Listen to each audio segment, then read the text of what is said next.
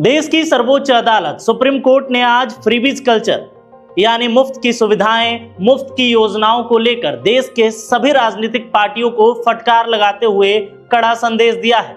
Court ने साफ शब्दों में कहा कि हर चुनाव से पहले अचानक फ्री स्कीम अनाउंस करने का ट्रेंड अब देश की इकोनॉमी और वर्क कल्चर दोनों के लिए गंभीर चिंता का विषय बन गया है। सुप्रीम कोर्ट में सुनवाई के दौरान चीफ जस्टिस सूर्यकांत ने एक सीधा सवाल उठाया कि अगर सरकारें बिना फर्क किए सबको फ्री बिजली, फ्री सुविधाएं और फ्री बेनिफिट्स देती रहेंगी तो देश के इकोनॉमिक डेवलपमेंट पर इसका गंभीर असर पड़ेगा।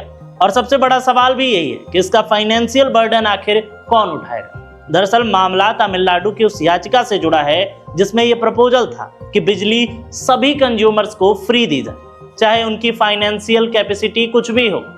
इस पर सुप्रीम कोर्ट ने कहा कि गरीब और जरूरतमंद लोगों की मदद करना सरकार की जिम्मेदारी है, लेकिन जो लोग खुद सक्षम हैं, खुद पेमेंट करने के लिए भी सक्षम हैं, उन्हें फ्री में बेनिफिट क्यों दिया जा रहा है? क्या यह पॉलिसी लंबे समय तक सही और टिकाऊ तरीके से चल पाएगी?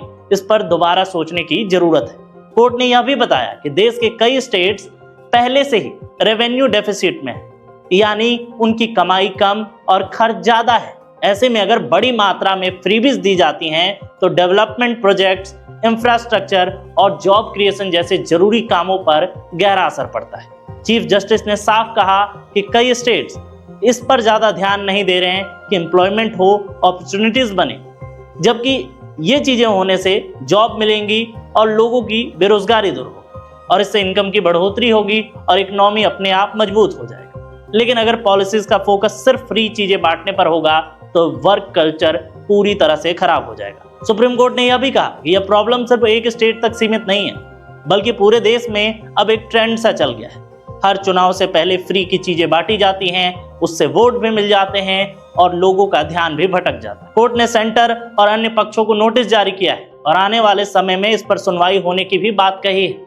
अब इस पूरे मामले ने एक बड़ी नेशनल डिबेट को जन्म दे दिया है और सबका ध्यान सिर्फ शॉर्ट टर्म फ्री बेनिफिट्स पर नहीं होना चाहिए, लॉन्ग टर्म डेवलपमेंट, जॉब्स और इकोनॉमिक ग्रोथ पर होना चाहिए। सुप्रीम कोर्ट का मैसेज साफ है, देश को मजबूत बनाने के लिए पॉलिसीज ऐसी होनी चाहिए जो लोगों को मजबूत बनाए, नए मौके दे और इकोनॉमी को लंबे समय तक स्थिर और मजबूत बनाए रखे, बल्कि हमेशा के लिए देश तरक्की करे, देश का इकोनॉमी तरक्की करे। अब आने वाले दिनों में यह तय होगा कि सुप्रीम कोर्ट की यह फटकार राजनीतिक पार्टियों को कितनी रास आती है और इससे फ्रीबीज में कितनी कमी आती है।